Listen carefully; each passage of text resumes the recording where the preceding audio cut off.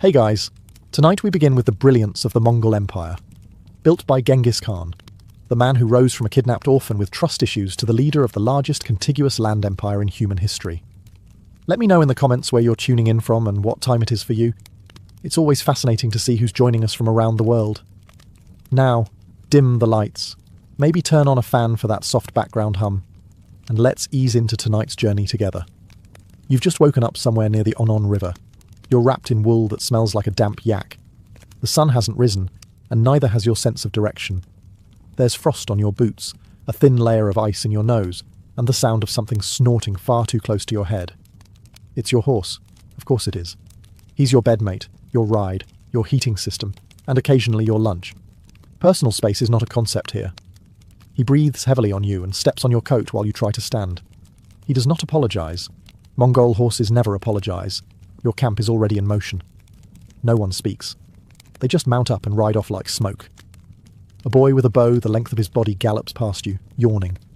He looks about 10. His saddle is older than he is.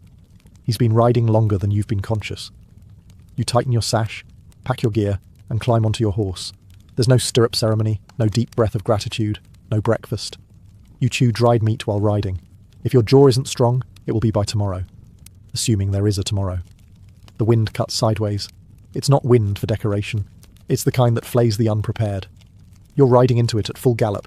Your face goes numb by the third ridge. No one notices. No one asks if you're okay. This is the step. You are either riding, or you are part of the landscape. By midday, you've switched horses twice. Not because you're tired. The horse is. You're expected to be harder than your animal.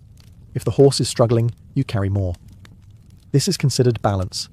You urinate from horseback. You eat from horseback. You fight from horseback. If you fall off, you will be trampled. If you stop moving, you will be left. If you complain, no one will listen. They'll just assume the wolves got you early. You ride because everyone rides. Because there are no roads, no destinations, only speed and survival. And because in the Mongol Empire, walking is for prisoners, and you are not a prisoner. Yet. You've survived the ride. You're not dead. That's good. But now you're hungry. Which is a shame, because breakfast here isn't a meal. It's a dare. Someone hands you a leather sack. It sloshes. That's your morning beverage. Fermented mare's milk. It's white, sour, slightly fizzy, and smells like what a saddle feels like after 3 weeks of riding through war zones. You drink it anyway, not because you want to, because that's what there is. It's called erag.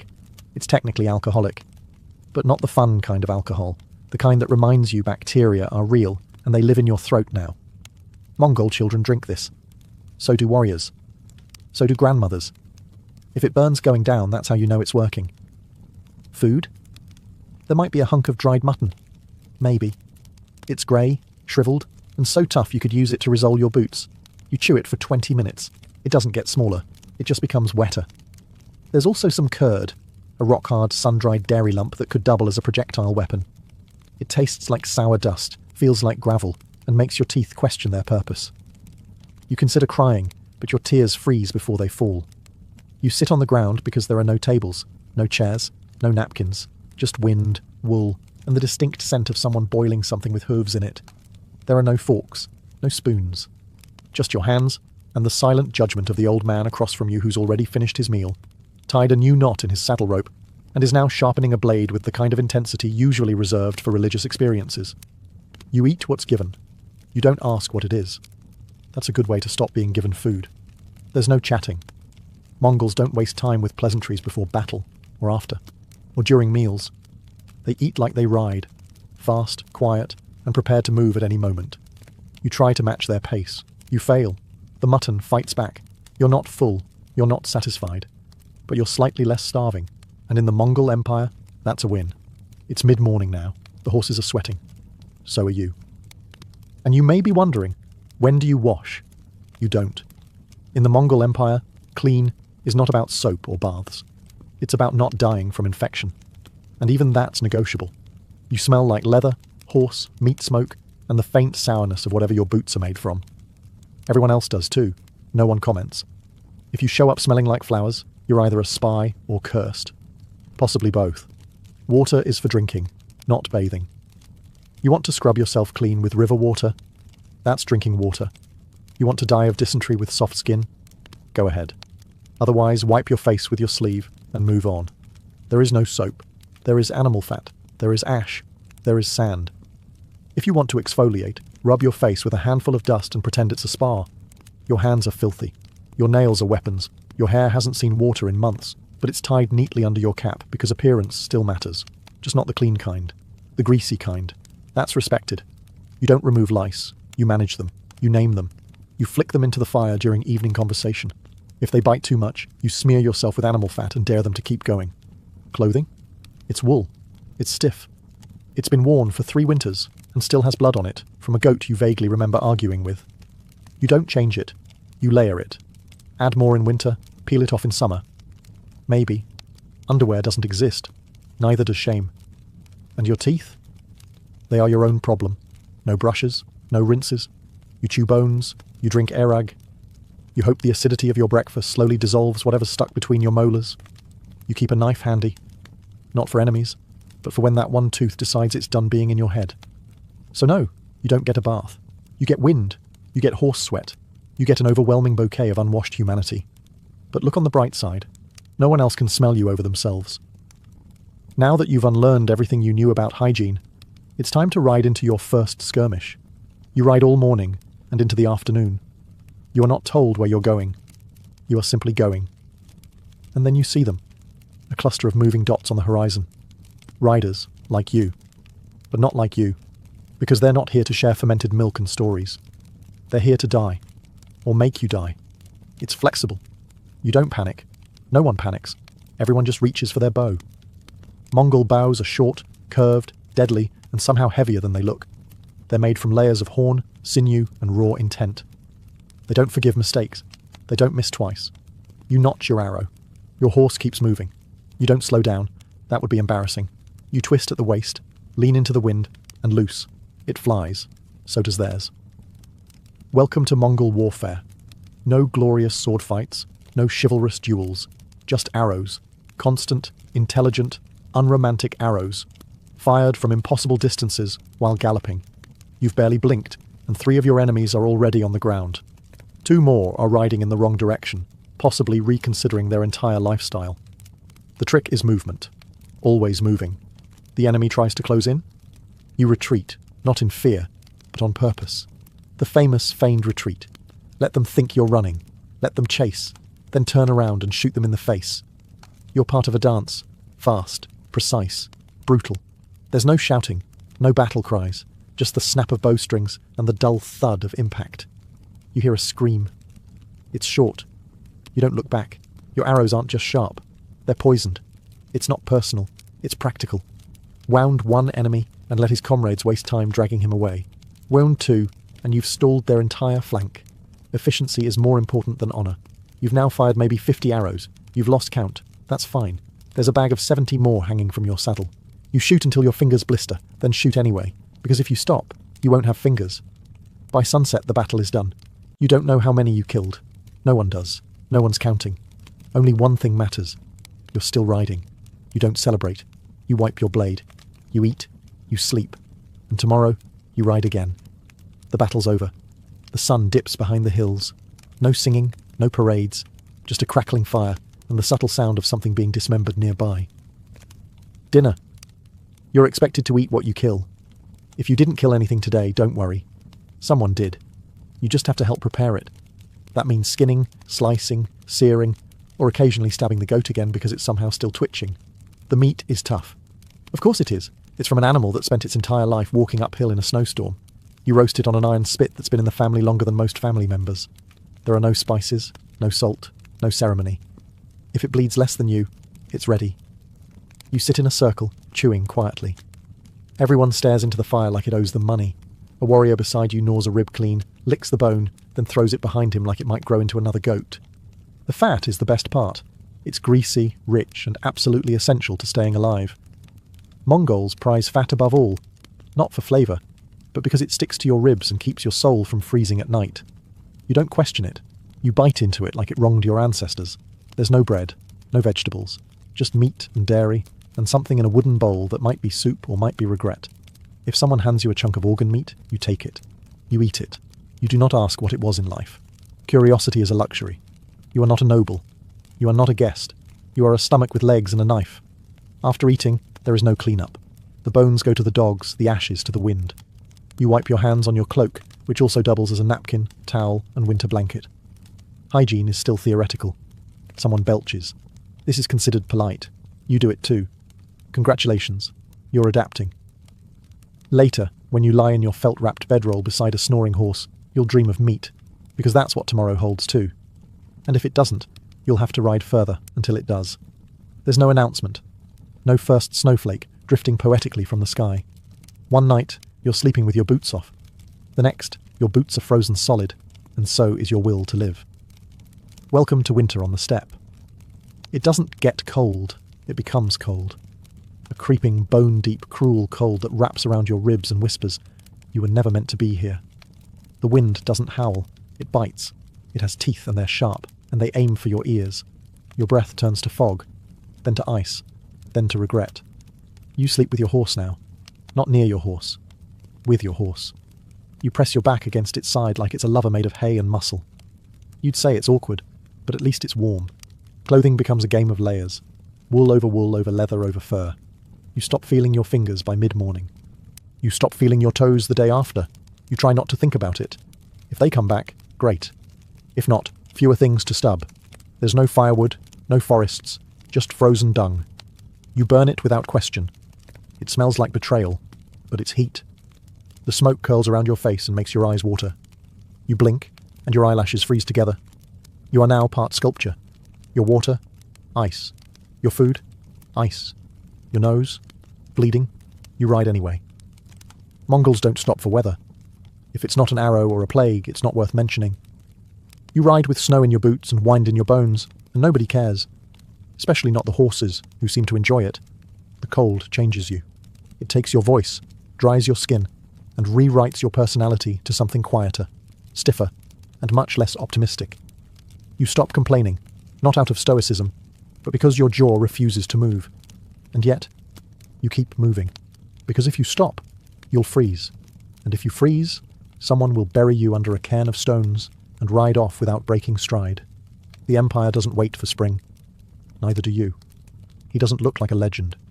He sits cross-legged on a plain wooden platform, chewing a piece of dried meat with all the ceremony of a bored butcher. His fur-lined coat is weather-beaten. His beard is uneven. His boots have blood on them, though whether it's from battle, a goat, or last week's argument with a tax collector is unclear. This is your Khan, your general, your leader. The man who can order entire cities wiped from the map with a raised eyebrow. You do not speak unless spoken to. You do not make eye contact for too long. You definitely do not correct his pronunciation, even if he calls you, that one with the hair, for 6 months straight. He speaks softly. Mongol leaders don't shout. If you can't hear him, that's your problem. Listen harder, or read his tone, or follow the sound of your own heartbeat because it's now louder than his voice. Orders are short, precise, absolute. Ride here, burn this, accept tribute, behead the messenger. Don't return until it's done. You nod. Everyone nods. Even the tough ones, the warriors who once outran a siege fire, nod like nervous schoolchildren. One man coughs during the briefing. He is now gone. No one mentions him again. Your Khan doesn't care about your feelings. He cares about results. Did the city fall? Did you bring back tribute? Is the caravan moving? Are the horses fed? If the answer to any of these is no, you'd better be holding your severed arm as an excuse. His tent is not lavish, but it holds maps. So many maps. All hand-drawn, all annotated in a scrawl that looks like a falcon-learned calligraphy. You understand none of it. He understands all of it. He sees rivers as roads, mountains as slight inconveniences, and kingdoms as small prizes wrapped in bad diplomacy. You receive your orders. You leave. You do not ask questions.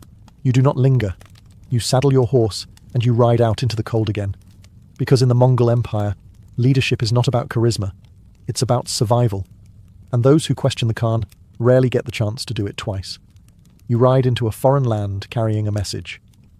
You are not a soldier today. You are an ambassador. This does not mean you are safe. You ride with a small entourage, a flag of truce, and the smug confidence of someone who knows that behind you are thousands of warriors who will happily burn an entire civilization to the ground if your letter is not well received. The letter itself is simple, direct. A few short lines scrawled in Mongolian, Persian, maybe Chinese, depending on the poor soul receiving it. It reads something like, "Submit to us, or don't. We'll be back either way." It's sealed with the Khan's mark, a bit of hardened wax that might as well be soaked in gasoline, considering what follows a refusal. You ride into cities with marble gates, golden domes, silk curtains, and nervous guards. You are fed, you are questioned, you are stared at like a hungry wolf that's somehow been invited to dinner. You are polite, you are calm. You explain, slowly, that submission is in everyone's best interest. Mongol protection comes with benefits. Trade, order, slightly fewer massacres. Refusal comes with fire, arrows, and a thorough removal of anything shaped like a building. Sometimes they say yes. They offer tribute. Horses, gold, daughters. You nod. You leave. You report back. That city stays standing, for now. Sometimes they hesitate. They whisper behind closed doors. They send you back with vague answers and suspiciously generous gifts. You accept them. You smile. You note everything. And sometimes they kill the messenger. This is unfortunate. For them. You are not avenged with a complaint. You are avenged with siege engines, horse archers, psychological warfare, and a creative use of severed heads as decorative warning signs. Diplomacy is fast in the Mongol Empire. One message, one chance. No second letters. No passive-aggressive negotiations. You deliver the will of the Khan. If it's ignored, his reply arrives strapped to the back of 40,000 mounted archers and a few very enthusiastic engineers. You don't argue. You don't negotiate. You deliver. And if the world listens, it lives. You've ridden into what passes for a Mongol capital. You were expecting towers, maybe walls, some kind of palace with polished floors and a guy in a hat offering figs.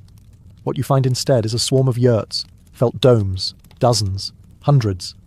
They stretch across the plains like mushrooms after rain. No stone, no marble, just wool, smoke, and the smell of boiled something. This is Karakoram, the capital, the beating heart of an empire that spans from the Korean peninsula to the edge of Europe. And it looks like someone lost a sheep convention in the wind. But make no mistake, it functions. Yurts aren't huts, they're portable command centres. Every single one can be taken down in an hour and rebuilt by nightfall. You can burn a city. You can't burn something that's already gone by morning. The Khan's yurt is larger than the rest. Its doorway faces south. Always. You do not enter without invitation. Inside there's felt, furs, scrolls, and a throne that looks less like a seat of power and more like a sturdy place to survive a siege of guests. People come here from all corners of the empire. Traders from Baghdad, princes from Kiev, spies from the Song dynasty, all sitting cross-legged, drinking mare's milk, pretending not to notice the woman in the corner who just disassembled a deer with a spoon. There's no bureaucracy in the European sense, no towers full of scribes. There's just a man with a memory like a steel trap and a few assistants who write things down using bone styluses and a tone of mild terror. Laws are spoken. Decrees are sent out on horseback. Paper is valuable. Ink is expensive. Mistakes are fatal. And yet, the streets are clean. The roads are safe. The trade routes run like blood vessels. There's no poverty because there's no room for it. You're either useful, or you're on a horse somewhere being made useful. This isn't Rome. This isn't Baghdad. This is the Mongol answer to urban civilization. Mobile, brutal, efficient. No spires, no statues, just felt, fire, and the knowledge that the entire city could vanish by sunrise and reappear 5 valleys away like it was never there at all. You steal a horse. You're hungry. You're cold. It looks unattended. You think, just a quick ride, maybe 2 miles, maybe 3. You'll bring it back. Probably. They catch you before you hit the tree line. Now you're on your knees in front of a man with a moustache so sharp it might count as a weapon. He's not angry. He's not shouting. He's just pointing at the horse, then at you, then at a nearby rock. Flat, broad, execution ready. You're about to learn something important. There are no jails, no appeals, no 16-step legal process. Justice in the Mongol Empire comes in 2 forms, repayment or removal. If you steal, you repay double, if you can. If you can't, something else gets taken. A finger, a hand, occasionally your head, depending on the mood and the market value of what you tried to steal. You plead your case. Briefly, Mongols believe in clarity. If you talk too long, they assume you're lying. You shorten your explanation to 3 words and hope they count as a character reference. The elders discuss. One of them spits. Another one shrugs. Then they nod. Verdict, you live. Sentence, you walk. As in, you no longer ride. The horse is gone. You now follow the caravan on foot until your honour is considered untarnished, which may take a season, or several. No one gives a timeline. Mongols aren't sentimental about rehabilitation. You're either punished or not. After that, they expect you to keep up. Murder? Punishable by death, unless it was a justified blood feud, in which case you owe the family livestock, labour, or a wife. Preferably all three. Lying to your commander? Death. Harming a fellow Mongol? Death. Harming a foreigner under protection? Double death, with extra ceremony.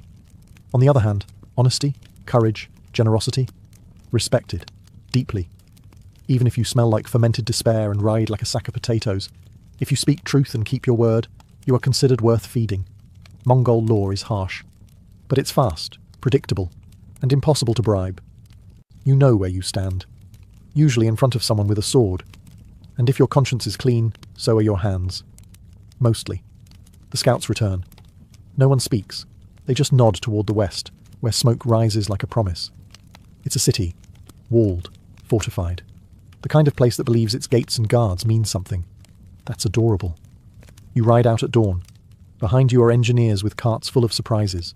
Ropes, axes, fire pots, collapsible siege equipment. The Mongol version of party favours. There is no grand speech, no blessing, no drum roll, just a few hand signals and the subtle sound of 5,000 men reaching for their bows. First, you circle. Always circle. You watch. You note weaknesses. A crooked tower, a badly placed gate, a section of wall that looks like it's seen better centuries. You whisper observations to your captain, who grunts and scratches something into the dirt with a dagger. Then the noise begins. Screams, horns, fire. You don't go straight in. You wait. Let panic do the work. Let the citizens trip over each other while deciding whether to hide the gold or bury the children. Every second they hesitate, your engineers get closer with their ladders and their perfectly polite catapults. Walls? Not a problem. Mongols build siege towers on site using materials from the landscape. Trees, rocks, occasional furniture from a recently evacuated monastery. You don't carry equipment, you carry confidence. The archers create a storm. It's not a volley, it's a weather system. Arrows blacken the sky and rain down with the soft thock of progress. Then you ride in. You hit the gate, not like a hammer, like wind with teeth. You spill through the breach, blades drawn, horses foaming, eyes narrowed not from rage, but calculation. This is not madness. This is math. Every alley you clear is one step closer to the granary. Every corner you conquer is logistics. You don't loot for greed. You loot for supply. And when it's done, when the towers fall and the banners are pulled down, you don't gloat. You inventory. Who surrendered? Who resisted? Who is useful? Who is decorative? The rest vanish. Swiftly, efficiently. And by nightfall, the city is Mongol. And you? You're already making plans to be somewhere else tomorrow. The banners are up. The bodies are down. The city is quiet now. The kind of quiet that comes after everyone realizes who's in charge. You. You, the conqueror. You, the horse-breathed outsider who was elbow-deep in a siege engine this morning and is now reviewing tax codes over goat stew. Because that's how it works. In the Mongol Empire, conquest isn't the end. It's the onboarding phase. The locals peek out from shattered windows and ruined temples, expecting the usual. Pillage, plunder, decades of burning resentment. Instead, they're greeted by a man in a fur coat holding a list of professions. The Mongols don't destroy everything, only the things that resist. The rest, catalogued. If you're a blacksmith, you stay. If you're a weaver, same. If you're a scholar, congratulations. You now work for a man who's never read a book, but understands exactly how many arrows it takes to erase a library. There's no formal government structure. There's you, and a few scribes, and a mountain of Mongol common sense. You appoint officials, preferably locals who understand the language and know how not to get stabbed during tax collection. Laws are simple. Obey the Khan, pay what you owe, don't cause trouble. If that sounds vague, don't worry. Enforcement is very clear. One warning. Then rope. Trade routes are reopened by noon. Toll stations are manned by evening, and the market is already selling roasted fish like nothing happened, because commerce is the empire's second religion, right after horses. You don't impose your culture. You don't build statues. You just make sure the grain gets counted and the caravans leave on time. Mongol rule is not about identity. It's about efficiency. You can keep your temples and your customs, just not your rebellion. A tax is levied. Census takers move in. And by week's end, The same people who were screaming yesterday are now grateful the roads are safer. You conquered them. Yes. But you also improved delivery times. You're riding west now. Further west than you've ever gone. Past the familiar pastures, past the cities you helped sack, past even the yurts with familiar insults carved into them. This is the frontier, the ragged edge of the empire, where the air is thin and the rumours are thick. No one gives you directions. Directions are for people with roads. What you get are gestures. A shrug toward a mountain, a vague wave past a smoking valley, and the eternal Mongol compass. Follow the bones. Out here you ride past things the empire hasn't yet decided whether to acknowledge. Strange stone towers, half-built forts abandoned mid-hammer, trees with ribbons tied around them, gifts for gods who've clearly stopped answering mail.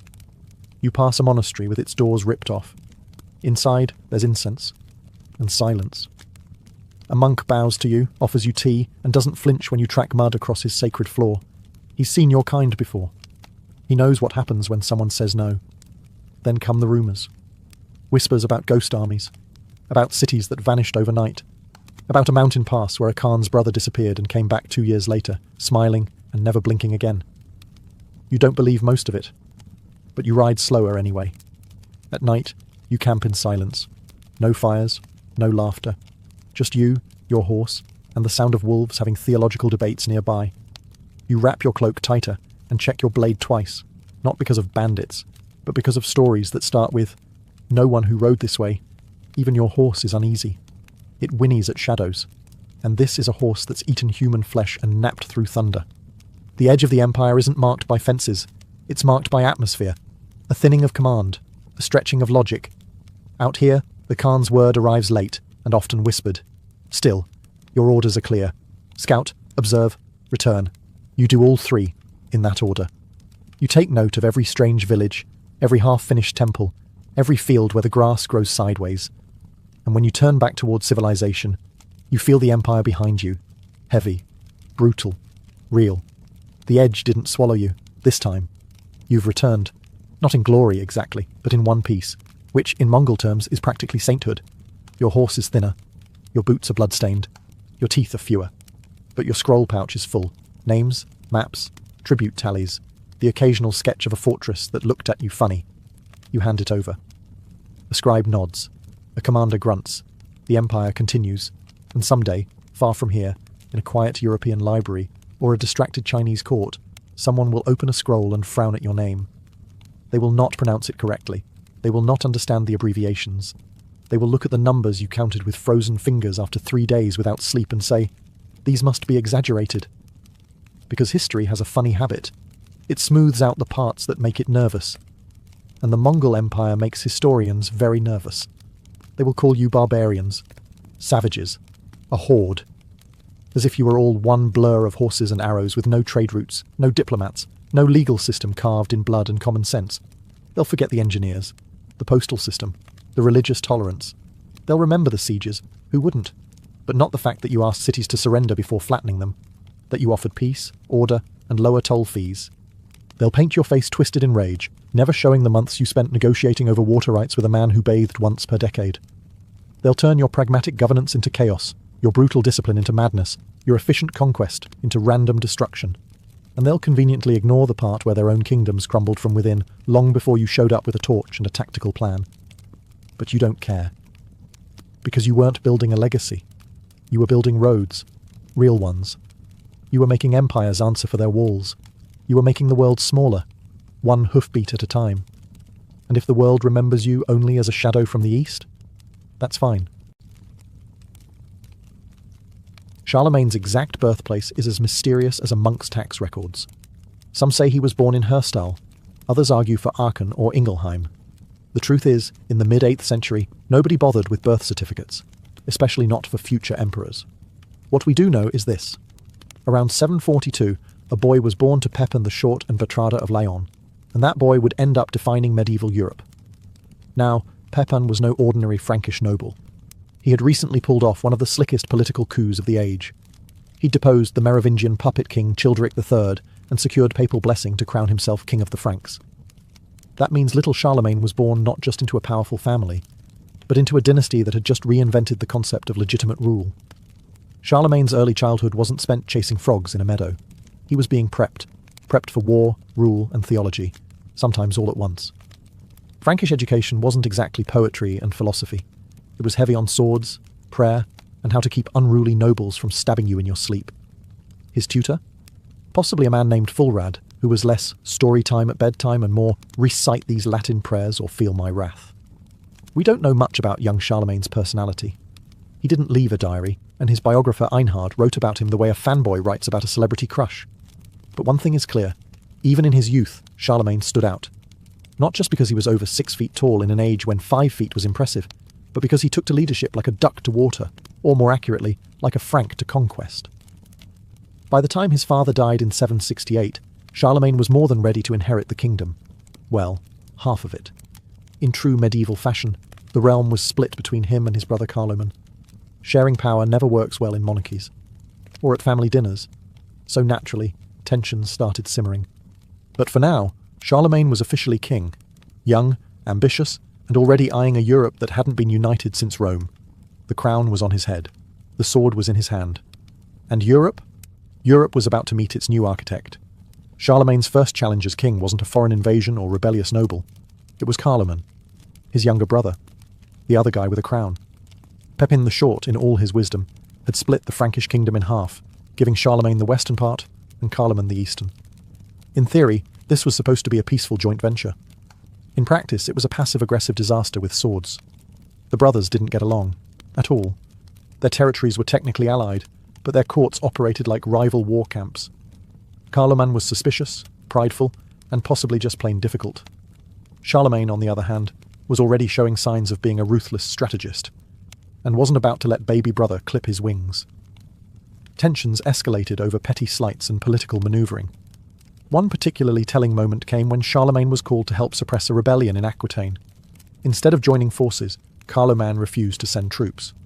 Classic little brother move: sit back, let big bro do all the fighting, then sulk when he gets the credit.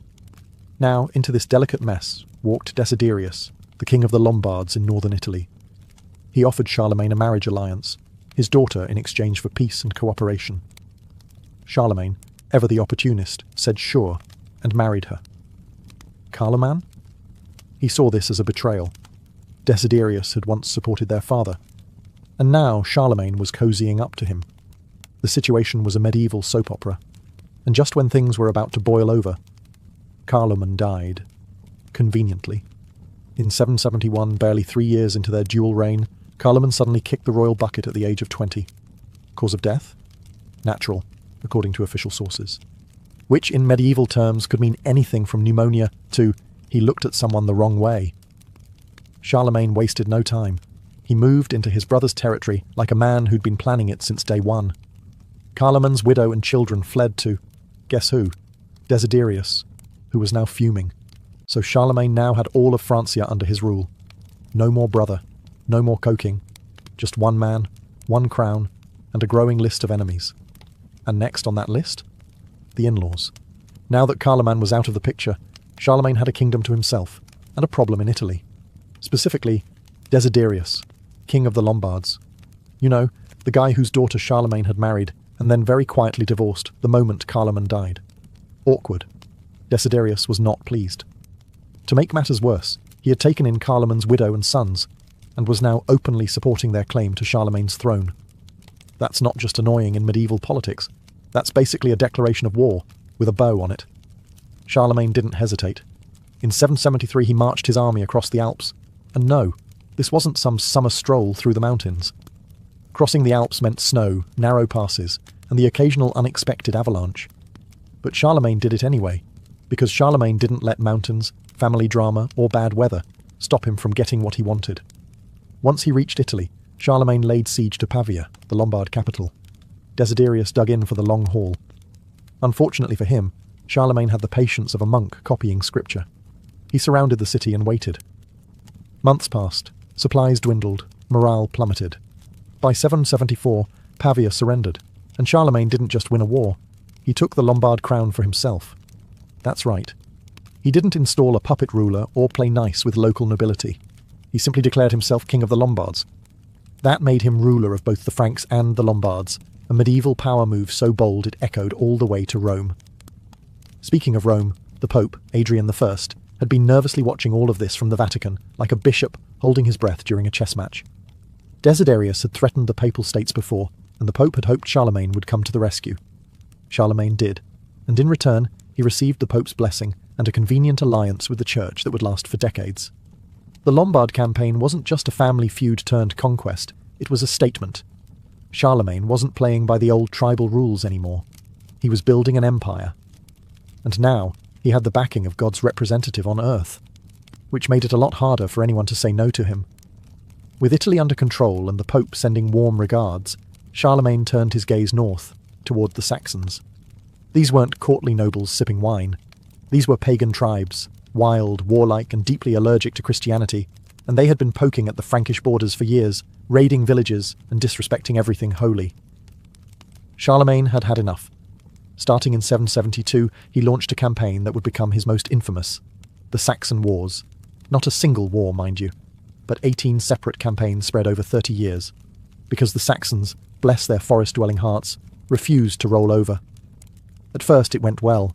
Charlemagne stormed into Saxony, burned down the sacred Irminsul, basically their holy tree, and declared, "Time to be Christian, folks." The Saxons responded the way any proud warrior people would.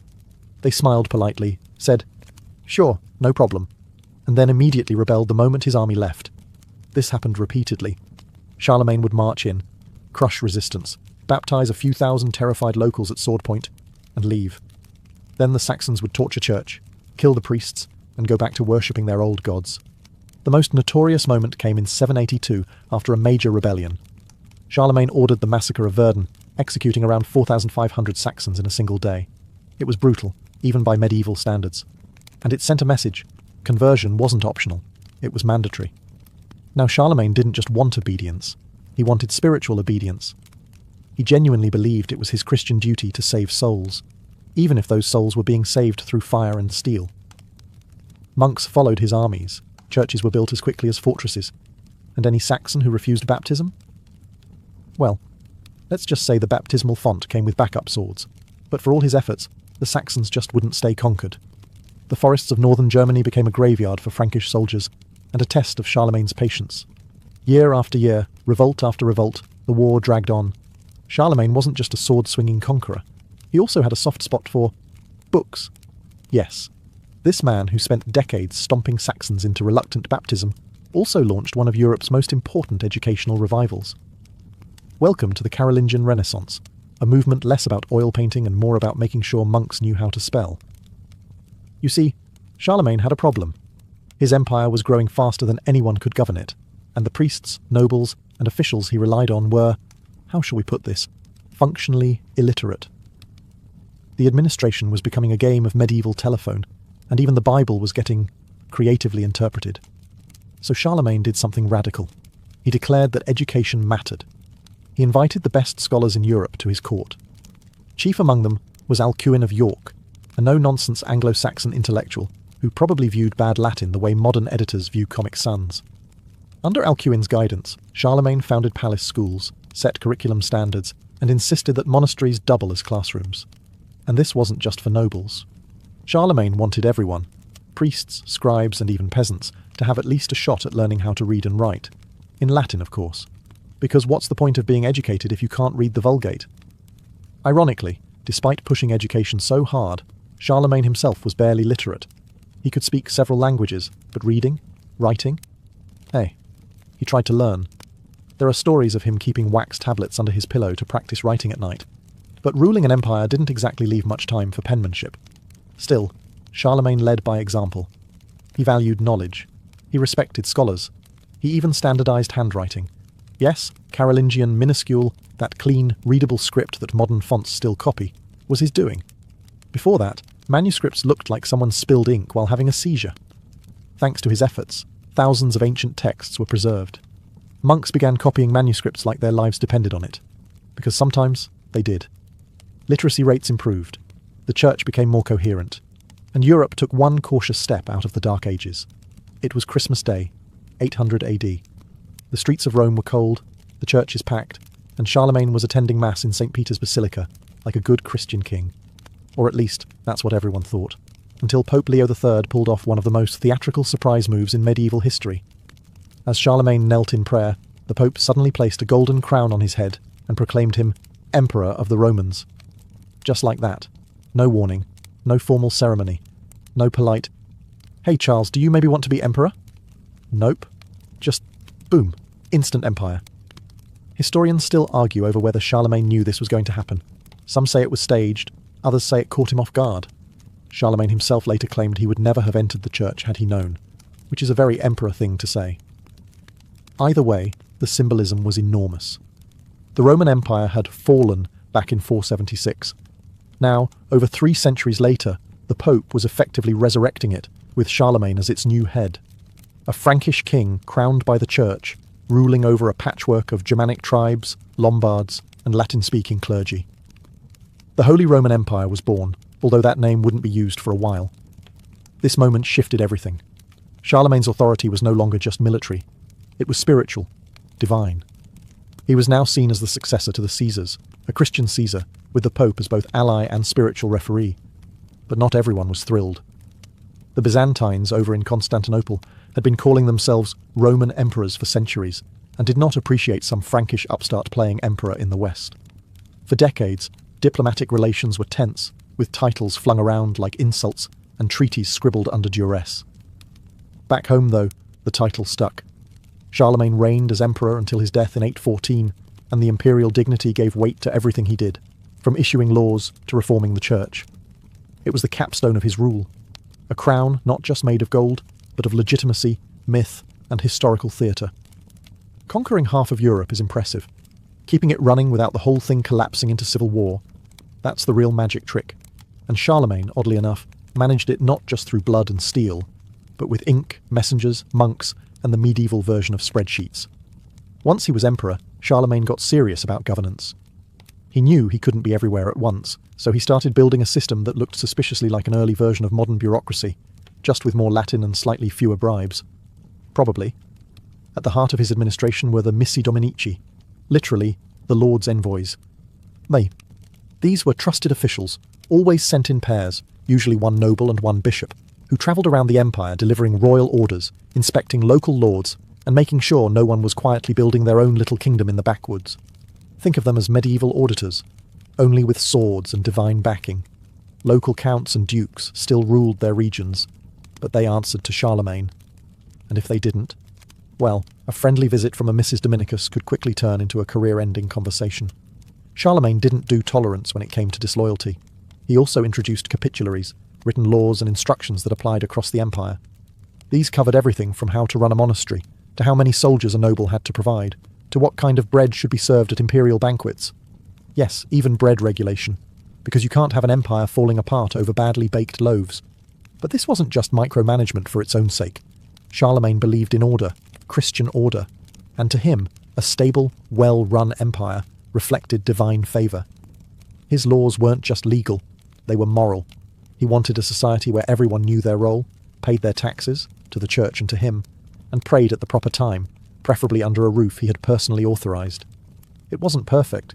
Corruption still existed. Communication was slow, and sometimes local lords quietly ignored orders when no one was watching.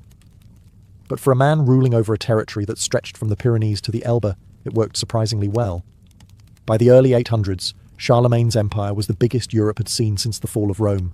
From modern-day France and Germany to northern Italy and parts of Central Europe, his domain stretched across cultures, languages, and weather patterns that could give a bishop frostbite in July. The man ruled over Catholics, pagans, semi-Christianized tribes, ambitious nobles, and moody bishops, and somehow he kept them all more or less in line. On the surface, things looked glorious. The Carolingian Renaissance was in full swing. Monasteries were copying books like caffeinated scribes. Law and order had a vaguely uniform shape.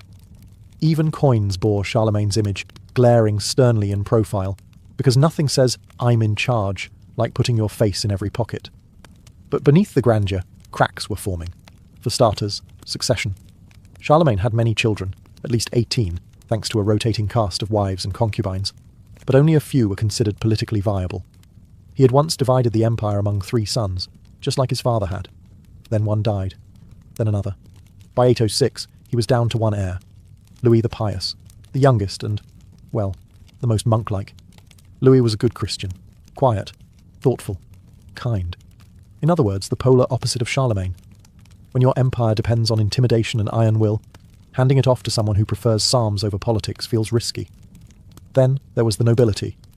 During Charlemagne's reign, they were kept in check by sheer fear and efficiency. But even then, local counts were getting bolder. Some enforced royal laws with gusto. Others treated them like polite suggestions. The empire was stable, but it was a personality cult, held together by one man's presence and very few backup systems.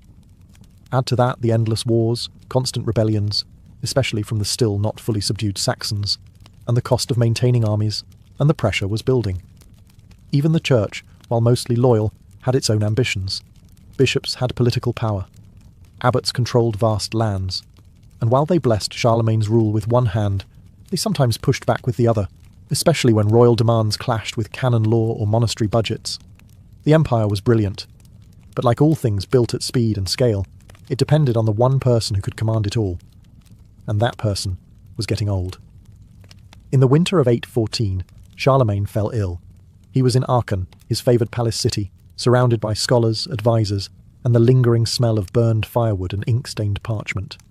He was 72, a near miraculous age for a man who'd spent decades fighting wars, crossing mountains, and making sure every noble knew who was boss. Despite his warrior image, his decline was slow and almost quiet. He fasted, prayed, and, as Einhard, his devoted biographer, put it, accepted death with a calm dignity befitting a Christian emperor. On January 28, 814, Charlemagne died. The bells rang. The empire held its breath. They buried him in Aachen Cathedral, beneath a marble throne, wrapped in imperial robes, sword at his side, and a copy of the Gospels in his lap. Not a bad send-off for a man who had once been crowned Emperor of the Romans in a surprise ceremony. Later legends would claim he sat upright in his tomb like a sleeping king, ready to rise again if the empire ever needed him. Romantic nonsense, of course. But telling. His only surviving son, Louis the Pious, inherited the whole empire, along with its unwieldy borders, rebellious nobles, and growing unrest. Louis tried to rule well, he really did, but he wasn't his father. The iron grip loosened. Power fragmented. Civil wars broke out. Within a few decades, the grand empire Charlemagne built was split into pieces, eventually giving rise to France and Germany as separate kingdoms. And yet, Charlemagne's legacy didn't dissolve with his empire. It grew. He became a mythic figure, Carolus Magnus, the ideal Christian king. Popes invoked his memory. Emperors styled themselves in his image. The Holy Roman Empire, founded long after his death, claimed him as its spiritual father. Even Napoleon, centuries later, modelled his coronation after Charlemagne's, eager to snatch a bit of that old divine glow. Charlemagne didn't just unify Europe. He gave it a blueprint, a fusion of Roman law, Germanic kingship, and Christian faith. He helped drag a continent out of the ruins of the Dark Ages and planted the seeds for the nations that would define it. When he died, the world lost a man, but it gained a legend, and legends, as Europe would prove again and again, are far harder to bury. A medieval feast was not just about eating. It was about being seen. Picture this: long wooden tables draped in cloth, flickering torches casting shadows on stone walls, and the scent of roasted boar mingling with wine, sweat, and ambition. This wasn't dinner. This was theatre. And every dish, every seat, every spoonful served was part of a carefully choreographed social ritual. In a world where birth determined rank, feasts gave the ruling class a chance to remind everyone of their place. Seating arrangements were political chess moves. The lord and lady sat at the high table, literally elevated, both in furniture and in status. The closer you were seated to them, the more important you were. If you found yourself staring at a drafty wall next to the musicians, you weren't just cold, you were expendable. Food arrived in waves, called removes, like acts in a play. The first course might feature stuffed peacocks with their feathers reattached, just for flair. Then came platters of venison, swans, pigeons in pie crusts, and roasted boars' heads with apples in their mouths. Nothing subtle. If the animal once had a face, it was likely staring back at you now, glazed in wine sauce. And then there were the subtleties. Elaborate edible sculptures made of sugar, marzipan, or pastry, shaped into castles, saints, mythical creatures, or scenes from biblical epics. These weren't meant to be eaten. They were meant to be admired. or gawked at, preferably both. But it wasn't just about flexing wealth. Feasts were political tools. Treaties were negotiated between bites of pheasant. Alliances were solidified over goblets of spiced wine. Marriages were arranged between courses. Hosting a bad feast could ruin a reputation. Hosting a great one? That could buy loyalty for years. Even silence had meaning. Guests weren't just allowed to speak freely. Toasts were timed. Music cued conversations.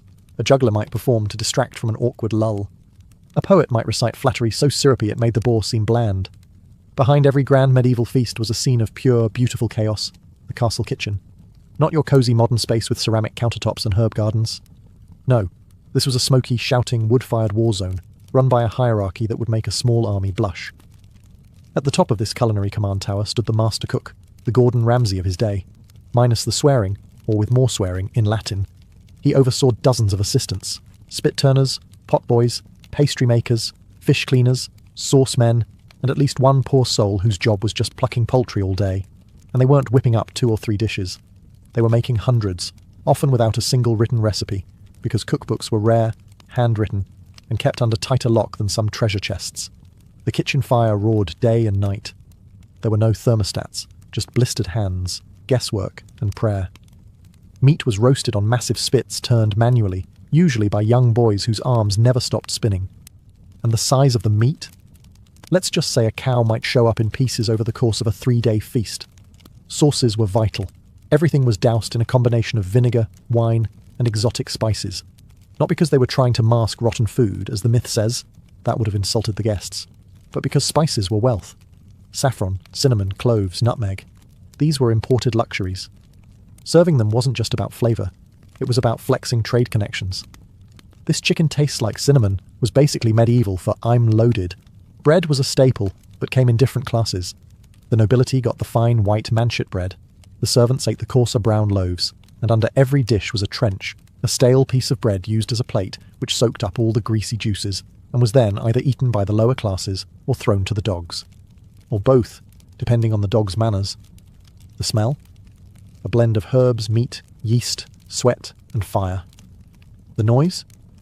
Constant clanging, shouting, and the occasional panicked squawk from a goose that had not yet accepted its fate. It wasn't glamorous, but it was efficient, and without it, the entire illusion of effortless nobility upstairs would have collapsed like a poorly baked pie. If you ever got invited to a medieval feast, congratulations, you were either important, rich, or someone's political pawn. But what actually landed on your plate? Let's just say, if you're a picky eater, you might want to look away. Meat ruled the table. Deer, wild boar, rabbit, pheasant, swan, even porpoise if you were dining on a particularly eccentric coastline. Everything that could walk, fly, swim, or vaguely resemble meat was fair game, literally. Hunting was both sport and supply chain. Nobles went out and killed the food they would later brag about while eating it, and the rarer the animal, the higher the status. Whole roasted animals were the stars of the show. Picture an entire pig, snout polished, teeth bared, apple in mouth, or a swan, feathers reapplied post-cooking because presentation. If it looked dangerous before, it was supposed to look majestic now. But it wasn't just about quantity. The menu was strategic. You didn't dump everything on the table at once. You served it in courses, called removes. The first might include lighter fare, soups, small pies, fish if it was Friday, and the church was watching. Later courses escalated to the heavy hitters, roasts, game, pies stuffed with meat and spice and more meat. Fish had its own day in the spotlight, especially during fasting seasons. Eels, pike, and herring were frequent guests, sometimes moulded into the shapes of animals they were definitely not. Because why serve boring boiled fish when you can serve a fish that looks like a hedgehog? And the spices. Oh, the spices. Medieval people didn't believe in bland. Cinnamon on chicken. Absolutely. Ginger in gravy? Of course. Sugar on meat? Why not? Sweet and savoury lived happily on the same plate, sometimes on the same bite. Vegetables, by contrast, were suspiciously absent from noble plates. Root vegetables and greens were often seen as peasant food. Too humble, too earthy. Lords didn't care for turnips, unless they were stuffed into a pastry shaped like a unicorn. By the end of the feast, the menu had gone from tame to theatrical. The goal wasn't to satisfy hunger. The goal was to overwhelm, to dazzle, to leave your guests stuffed, stunned, and maybe just slightly afraid of the next remove. Because dessert might just be breathing fire. While the food did its job of clogging arteries and signalling wealth, a medieval feast wasn't complete without entertainment, and lots of it. You didn't just eat. You laughed, listened, gawked, and occasionally winced at whatever unfolded between courses. Enter the fool, the court jester, clad in bells, mismatched colours, and enough audacity to insult the host without getting beheaded, usually. The fool's job was to make people laugh, mock the powerful, and provide an air of controlled chaos.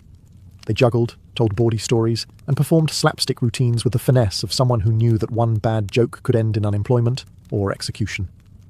Then came the minstrels, with their lutes, harps, and voices trained in ballads about love, war, and the occasional dragon. Music filled the hall, not as background ambiance, but as part of the experience. These songs weren't just for mood. They were political commentary, historical records, and flattery disguised as melody. If the lord of the house was featured heroically in the third verse, congratulations, the minstrel would eat well tonight. For something flashier, you had acrobats and fire breathers. Yes, real fire. Indoors. In a wooden hall lined with rushes and tapestries. Safety codes were a distant fantasy. Sword swallowers, animal tamers, even dancing bears made appearances, though the bears weren't always thrilled about it. And then there were the subtleties, edible performances, sugar sculptures that doubled as political satire, giant pies with live birds inside, released mid-course for dramatic flair. Nothing said we're rich like cutting into a pie and watching doves explode from it, while the guests politely applauded and tried not to get pooped on. Some feasts included morality plays, little theatrical skits about virtue, sin, or the dangers of not respecting the church. These were performed by travelling troops or occasionally by monks who were far too excited to play the devil. Everything was calculated. Entertainment kept the mood light, distracted from political tension, and ensured that no guest had time to whisper rebellion between sips of mead. A good entertainer could prevent a duel. A bad one might start one. At a medieval feast, you weren't just watching a show. You were the show.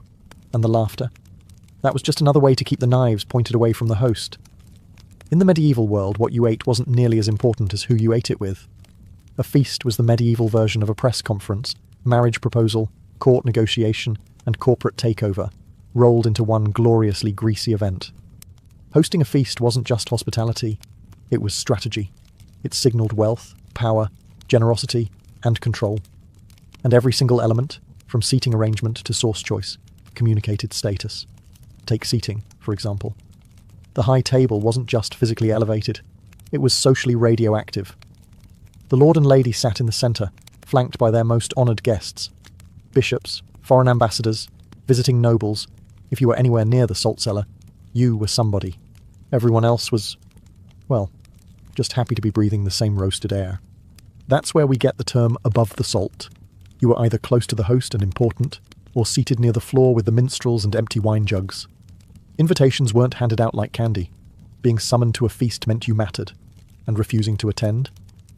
That was a statement, one that might earn you a visit from armed men asking why your chair was empty. On the flip side, attending the feast of a rival could mean you were switching sides. Every guest list was a political minefield. The food itself carried messages. Serving a particular regional delicacy could flatter a visiting duke. Offering an overabundance of game meant, look how vast and well-stocked my lands are. Including foreign spices said, I have trade connections you only dream about. Even wine could be loaded with meaning. Was it local? Imported? Blessed by a bishop? Then there were the gifts. Guests sometimes brought offerings, jewels, relics, horses, and were expected to praise the host in return. Toasts were part flattery, part performance, and sometimes part warning. Feasts were also the stage for alliances. A marriage match could be sealed over honeyed quail. A land dispute resolved by the third remove. And if all else failed, a rival lord could be made drunk enough to sign something stupid, or too poisoned to wake up the next morning. For all its gluttony and grandeur, medieval feasting was heavily shaped by the one authority even kings didn't mess with, the church. And the church had opinions, strong ones, about what you could eat, when you could eat it, and just how guilty you should feel afterward. In the medieval calendar, there were more fasting days than feasting days. That's not an exaggeration. Nearly half the year was designated for some form of dietary restriction. Wednesdays, Fridays, Lent, Advent, various vigils, you name it. And on these days, meat from land animals was strictly off the table, literally. So how did the nobility cope? With creativity. They still threw feasts. They just swapped out ingredients. Out went beef, pork, and venison. In came fish, eggs, almonds, and anything that could pretend it wasn't technically meat. Beaver tails, for example, were considered fish because they were scaly and aquatic. Problem solved. God's fine with loopholes, right? Dishes became culinary acrobatics. Chefs moulded almond milk into imitation cheese. They turned fish into fake roasts. Some meals looked like sin, but technically followed the rules. And of course, wine didn't count as food. It never does. On feast days, celebrating saints or holy events, however, it was open season. And the church threw its own festivals too. Easter, Christmas, Epiphany. These weren't just sacred. They were licensed excuses to eat everything in sight. A Christmas feast might stretch for 12 full days, each course bigger and more absurd than the last. Because nothing says, Christ is born, like a pie with 4 types of bird inside. Monasteries weren't exempt either. Though monks were supposed to live humbly, some abbeys became legendary for their kitchens. A wealthy monastery might fast on oysters and spiced eel. Monks developed precise food schedules, including seasonal menus and loophole-heavy substitutions that kept their bellies full and their sins technical. Still, food was spiritual business. Feasting wasn't just indulgence. It was a divine performance. You gave thanks before you ate, made offerings to the church after, and prayed your cook hadn't served you meat on the wrong Thursday. In the medieval world, gluttony was a sin, but banqueting with holiness? That was practically a sacrament. For all the roasting boars and juggling fools, a medieval feast was not a free-for-all. There were rules, many of them. In fact, if you wanted to keep your status and your seat, you had to know how to behave like a proper, greasy-fingered noble. First rule, don't touch the food like a peasant. Forks weren't widely used yet, so people mostly ate with their fingers, but there was a system to it. You used the first 3 fingers of your right hand, never your left, unless you wanted to start rumours about witchcraft or poor hygiene. Second, don't lick your fingers until the end of the meal. It was considered perfectly acceptable to rinse your hands in a shared basin between courses, but licking them during dinner? That was low class, like showing up without shoes, or being French in an English castle. Every guest had their own knife, which they brought with them. Your host didn't provide cutlery, just food and a place to put it. Your knife wasn't just for cutting, it was a personal statement like a medieval iPhone. Flashy handle, you're important. Rusty blade, enjoy sitting by the firewood. Drinking etiquette was its own battlefield. You didn't just guzzle your wine. You toasted, you sipped, you offered the cup to your neighbour, especially if you were angling for a favour or wanted to politely challenge them to a duel later. And yes, you shared goblets. Germ theory hadn't been invented yet, and everyone was too busy dying from plague to worry about lip contact. Then there was conversation.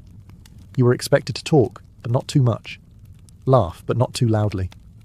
Praise the food, but not more than the host. Don't speak with your mouth full unless you're insulting a rival, and don't burp unless you're Mongolian, or drunk, or both. At fancier feasts, hand-washing rituals were practically ceremonial. Servants poured scented water over guests' hands, often before the first remove and again before dessert. Not for cleanliness, just to remind everyone how refined they were. Etiquette wasn't about being polite. It was about proving you belonged. One slip, spilled wine, a dirty sleeve, reaching too far across the table, and suddenly you weren't feasting with lords. You were back with the dogs, and they didn't share the wine. After the last swan was carved, the final toast delivered, and the fool escorted out for juggling bread rolls into a bishop's goblet, one question remained. What happened to the food? Medieval feasts produced an obscene amount of it. Boars, pies, jellied fish, sugar castles, and bread trenchers soaked in meat drippings. It was more than even the hungriest noble could consume. But waste was a luxury too. What you didn't eat sent just as loud a message as what you served. So, where did it all go? If you were lucky, it went to the servants. They ate in shifts after the feast, picking over what remained from the lower tables. Sometimes they'd get choice cuts, especially if a favoured guest passed along their untouched roast or decided not to eat the stuffed hedgehog pastry. It wasn't glamorous, but it beat porridge. The trencher bread, that thick slice acting as a plate, was a special case. Saturated with sauces and grease, it was rarely eaten by the nobles, unless they were really drunk. Instead, these soggy slabs were collected and often distributed to the poor. Not out of charity, mind you. It was more like nobles saying, "Here, have the leftovers of our greatness." But if you were a peasant, getting a slab soaked in spiced boar fat was better than a sermon on humility. In monasteries and churches, feast leftovers became alms. Feeding the poor wasn't just encouraged, it was expected. Leftovers were gathered into baskets, blessed, probably after the fingers were picked out, and handed out as a moral duty. Sometimes, The poor were even invited to dine in the great hall after the nobles left, though seated in a very different spot, and usually without the juggling bear. Still, not everything went to hungry mouths. Some of it was simply thrown out, fed to pigs, or composted in castle-midden heaps. Why? Because in medieval high society, restraint was overrated. A surplus showed wealth. Letting food spoil quietly behind the kitchen door was just part of the show.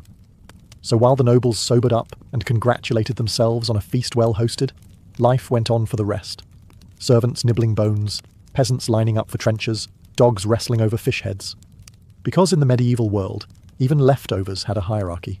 The candles had burned low. The minstrels were snoring under benches. Half the guests were face down in pie crusts, and the other half were staggering through castle corridors looking for their shoes, or dignity. The feast was over. But the morning after, that was a whole different ritual. Cleanup began before the guests even left. Servants moved like ghosts, clearing bones, scraping trenchers, and sweeping rushes off the floor. Those sweet-smelling herbs scattered to mask the stink of sweat, spilled wine, and noble flatulence. Rushes had to be replaced regularly, especially after a feast where the floor absorbed more than just crumbs. And then came the reckoning. The steward, essentially the medieval party planner, assessed the damage. Broken goblets, missing silverware, a suspicious amount of spilled gravy near the bishop's seat. It all went into the report. Sometimes guests even stole cutlery as a weird badge of honour. If you left with a spoon, it meant you were important enough to dare. The kitchen was a battlefield. Burned pots, cracked platters, and enough grease to oil a drawbridge. Cooks staggered out like survivors, some missing eyebrows from the oven fire, others grumbling about, "Next time we just serve porridge." For the host, though, the real work had just begun. The politics of gratitude kicked in. Letters were written, gifts sent, compliments paid. If a powerful guest wasn't properly thanked, or worse, if they were seated too far from the roast swan, grudges could form. And medieval grudges had a way of turning into feuds, or wars. Sometimes a feast backfired, a guest insulted, an alliance offended, a drunken noble confessing to treason over mulled wine. One ill-timed toast could undo months of diplomacy. The feast was a show, yes, but like all theatre, the reviews could kill you. For the lower classes, the morning after was business as usual. Some washed dishes, some shoveled refuse, some got lucky and found a forgotten crust of almond cake behind the dais. That was breakfast. And then, quietly, the castle returned to its rhythm. The banners came down, the dogs were fed, the torches extinguished. Until the next celebration, coronation or wedding, or excuse to impress the neighbours, feasting season was closed. But its echoes lingered like smoke in the rafters and wine stains on the stone. Because in the medieval world, no one ever forgot a good feast, or a bad one. Leif Erikson didn't enter the world quietly. Around the year 970, possibly in Iceland, maybe in Greenland, depending on which saga you're trying to decode, he was born into a family of exile, ambition, and very poor impulse control. His father was Eric the Red, a hot-headed Norwegian outlaw exiled for murder, who then got exiled again from Iceland for, shockingly, more murder. Instead of learning restraint, Eric discovered Greenland. Because if you're going to be banned from one frozen island, why not claim another? Leif grew up in this rugged frontier settlement, where winters were cruel, neighbours were scarce, and the only consistent export was stories. Greenland wasn't a thriving colony. It was barely a functioning outpost held together by stubbornness, driftwood, and fish. But it gave Leif something that mattered more than comfort: perspective. He knew what it meant to survive on the edge of the known world. His family was steeped in Norse tradition, hard drinking, hard fighting, and perpetually sceptical of outside authority. Yet even amid this rugged culture, Leif was different. He was curious, reflective, observant. According to the sagas, he was tall, strong, handsome, naturally, and notably more thoughtful than his volatile father. He wasn't raised on scrolls or scholars. He was raised on sagas, oral tales of gods, monsters, voyages, and revenge. These stories weren't bedtime lullabies. They were survival manuals wrapped in mythology, and they seeped into Leif like sea brine into a longship's hull. Greenland's isolation left young Leif hungry for something more. Unlike his father, whose ambition ended in exile and bloodshed, Leif looked outward, toward Iceland, toward Norway, toward the horizon. He listened to old sailors speak of strange lands beyond the ice. He studied the stars, and he watched the tides. By the time he reached manhood, he wasn't just the son of Eric the Red. He was a Norseman with a boat, a brain, and a burning need to explore something, anything, that wasn't a freezing rock filled with equally frozen egos. Before he ever sailed west, before the church came calling, before his name landed in sagas and schoolbooks, Leif Erikson was a boy born of fire and ice, destined to outrun both. Leif didn't just drift into greatness, he sailed into it. At some point in his early adulthood, Leif left Greenland behind and travelled to Norway, the old heart of Norse power. It was more than a homecoming. It was a collision with a world far more advanced, hierarchical, and surprisingly holy. Because Norway wasn't the same place his father had fled. It was now ruled by King Olaf Tryggvason, a man with a crown, a sword, and a serious fixation on converting the Norse to Christianity, whether they liked it or not. Leif found himself face to face with Olaf, a Christian warrior king who had replaced blood feuds with baptisms and longships with churches. And unlike many of his countrymen, Leif didn't scoff. He listened. Perhaps it was diplomacy, perhaps curiosity, or maybe Leif had grown tired of the endless cycle of raids, revenge, and gods who mostly demanded blood and beer. Whatever the reason, Leif was baptized, accepted Christianity, and was given a new mission: bring the faith back to Greenland. It wasn't exactly an easy assignment. Imagine trying to explain monotheism to a bunch of farmers who regularly sacrificed goats to Thor when the weather got weird. Greenland was remote, suspicious of outsiders, and still mostly loyal to Odin, Freya, and the rest of the thunder-happy crew. But Leif didn't return empty-handed. He brought priests, knowledge, and royal support. When he landed in Greenland again, he wasn't just a chieftain's son, he was an emissary of a king and a new god. And while he didn't exactly spark a revival overnight, his influence began to take root. Christianity started spreading in small, icy circles. Chapels were built. Crosses were raised. Old gods weren't replaced immediately, but they had serious competition. This marked a turning point. Leif wasn't just a sailor or a settler anymore. He was a cultural bridge, a man between two worlds, Norse tradition and Christian order, pagan legend and written law. He had one foot in Valhalla and the other in Bethlehem, and somewhere between converting his neighbours and maintaining fragile peace, Leif Erikson began hearing tales of strange lands to the west. Lands with grapes, forests, and no snow in sight. The next great voyage was calling. Some great discoveries begin with ambition, others begin with bad navigation. Leif Erikson had set sail from Norway with noble intentions: bring Christianity to Greenland, and maybe check in on the family drama while he was at it. But fate, or perhaps the North Atlantic's notoriously moody weather, had other plans. According to the saga of the Greenlanders, Leif heard whispers of a strange land far west, seen years earlier by a man named Bjarni Herjolfsson, who had glimpsed unknown shores but never bothered to land. Classic Bjarni, a man who discovered North America and then just kept sailing like he had groceries in the back. Leif, however, was made of different wood. Around the year 1000, he bought Bjarni's ship, gathered a crew, and decided to find out what lay beyond the horizon. He wasn't just sailing into the unknown. He was sailing into legend. The journey was perilous. Icebergs, storms, and the real possibility of falling off the edge of the earth kept things interesting. But Leif was calm, steady, and, as the sagas claim, annoyingly competent. Eventually, his ship reached a place very unlike Greenland. First came a barren land he named Helluland, likely modern-day Baffin Island, flat, rocky, and unimpressed. Then Markland, probably Labrador, with forests thick enough to build an entire fleet. Useful, but still not quite the promised land. Finally, Leif arrived at a place so mild, so rich in resources, that his crew named it Vinland, the land of wine, or grapes, or possibly fermented berries. The sagas are vague, and Norsemen weren't exactly sommeliers. Regardless, the place was a paradise compared to the icy death trap they called home. They built houses, explored rivers, and enjoyed the novelty of not having to chip their drinking water out of a glacier.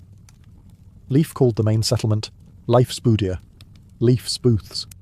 Humble name for a man accidentally making history.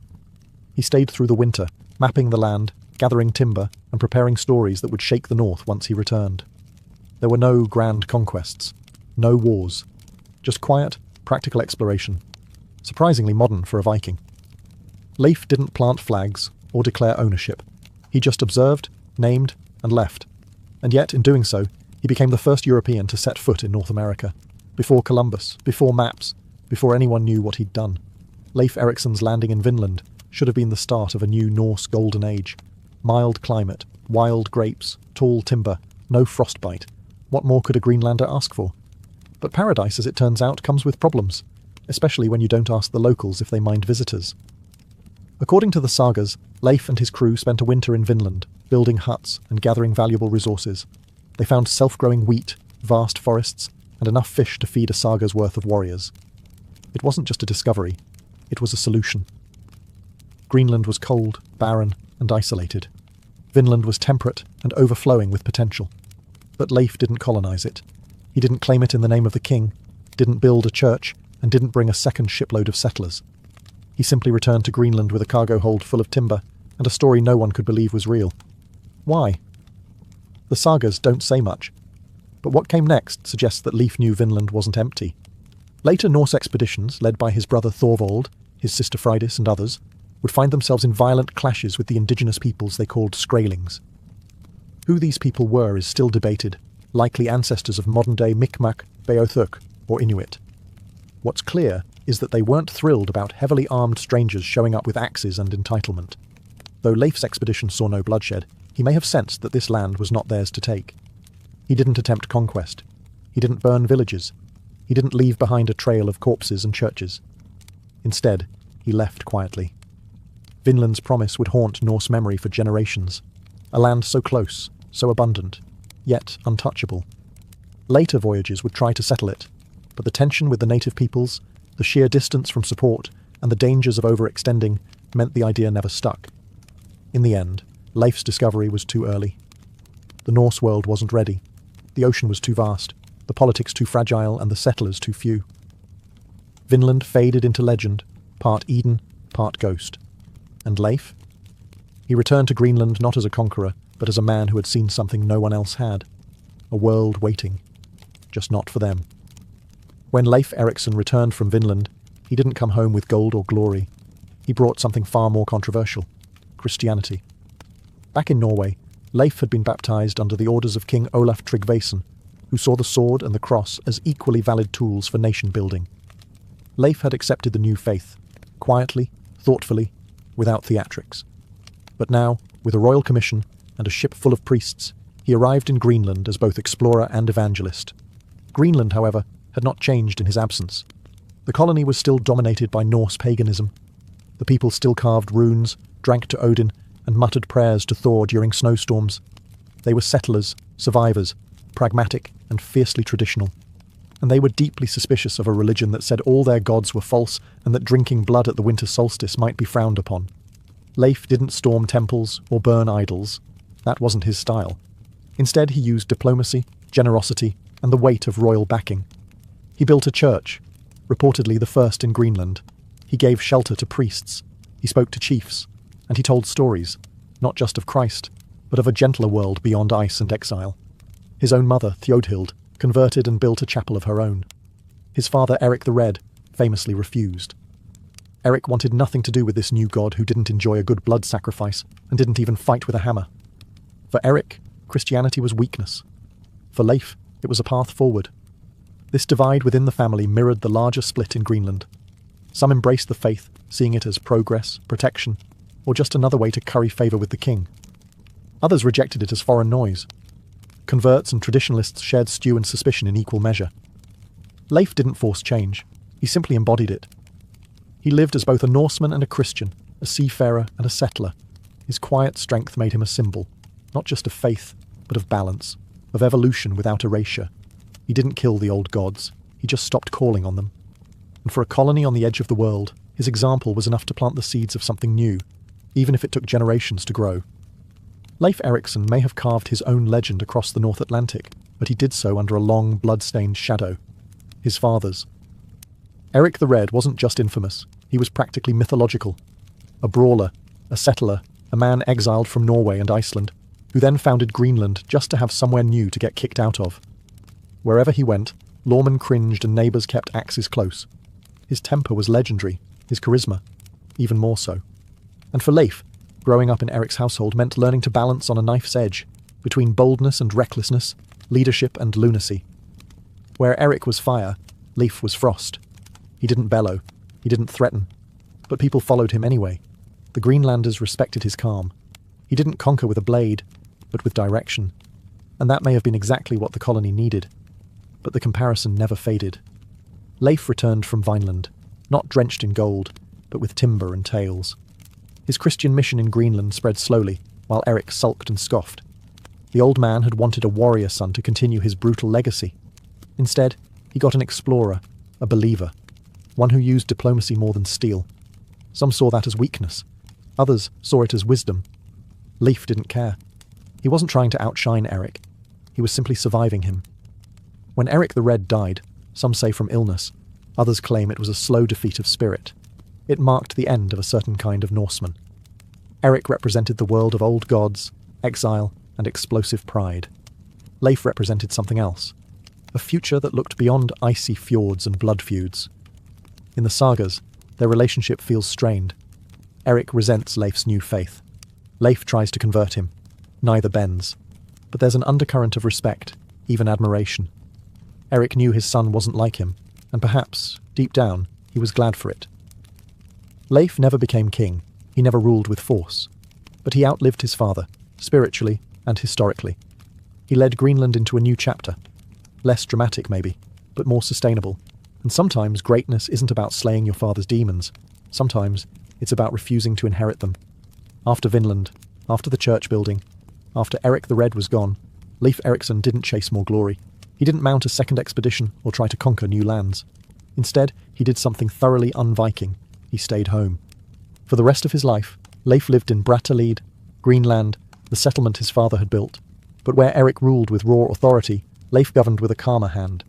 He became chief, yes, but more than that, he became a symbol, not of violence, but of continuity, of quiet leadership in a world that was beginning to change. We don't know much about these later years. The sagas grow vague. His name fades from dramatic action and instead lingers as a presence, respected, remembered, but no longer the centre of the storm. He raised a family. His son, Thorkel Leifson, would one day lead Greenland. Christianity spread slowly but steadily. The colony endured. But Vineland, the place that should have changed everything, didn't. Others tried to follow in his wake. His brother Thorvald sailed west and was killed by native resistance.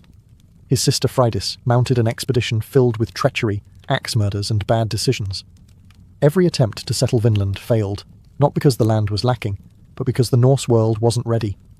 Distance, hostility, limited support. Leif knew the risks. That's why he didn't return. He had proven the voyage could be made. He had seen what lay beyond the sea. But he also knew Greenland needed stability, more than it needed heroics. In time, Vinland became legend. Half memory, half dream. Some believed it. Others didn't. But Leif never shouted his discovery from mountaintops. He never demanded recognition or asked for songs. He didn't need them, because he understood something rare. Sometimes, making history means knowing when to step back. His final days were likely spent watching the sea, remembering the voyage no one thought possible. And as far as we know, he died in Greenland. Quietly, peacefully. Not on a battlefield, not on a ship. Just at home. Leif Erikson, the explorer who went farther than any Norseman before him, ended his life not chasing the horizon, but anchoring others to it. Leif Erikson may have lived a quiet life in the end, but his story didn't die with him. It mutated, travelled, and multiplied, carried not by historians, but by storytellers. And storytellers, as we know, have a loose relationship with facts. The primary sources for Leif's life, the saga of the Greenlanders and the saga of Eric the Red, were written 2 centuries after he lived. That's like trying to write a biography of Napoleon based on your great-great-grandfather's fishing stories.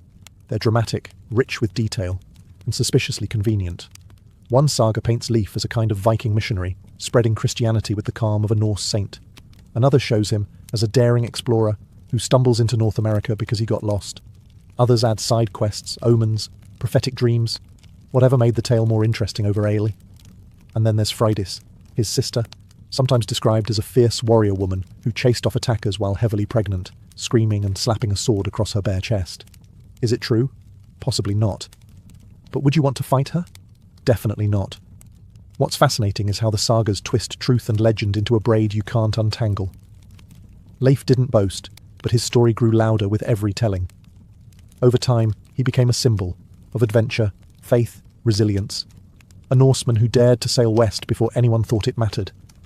And then he disappeared again, buried beneath centuries of dust, outshone by louder, bloodier names.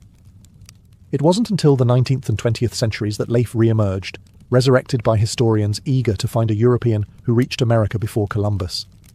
Suddenly, statues appeared, streets were named. A national Leif Erikson Day was declared in the United States, October 9th, based on nothing except immigration paperwork. Ironically, Leif would have hated all the attention. He wasn't seeking fame. He wasn't planting flags.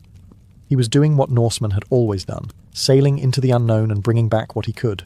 But history had other plans, and now, the quiet Greenlander who left no books, no speeches, no boasts, is remembered as the man who discovered a continent, even if he never claimed it. Leif Erikson never built an empire. He didn't fight in grand battles. He didn't rule a kingdom or crown himself in gold. And yet, he endures. Not because he demanded a place in history, but because he quietly earned it. While others chased fame through fire and blood, Leif sailed west into the unknown, guided by curiosity, not conquest. He didn't name himself hero or saint. He didn't erect monuments. He didn't even try to hold the land he found. He simply went, saw, and returned. A rare kind of explorer who didn't need the world to remember his name to justify his journey. And still, it did. Leif's legacy lives in stories, in sagas whispered across centuries, reshaped by bards and chroniclers, poets and politicians. The boy from Greenland became a symbol of exploration, resilience, and quiet strength. His journey to Vinland became a chapter in the larger Norse epic, a civilization that dared to sail past the edge of the known world, looking not for war, but for possibility. In the modern age, Leif has taken on a new life. Statues of him stand in Boston, Seattle, Trondheim, and Reykjavik. He's depicted as a proud Norseman gazing westward, hand shielding his brow, as if still scanning the horizon for that faint, tree-lined shore. Schools bear his name. So do ships.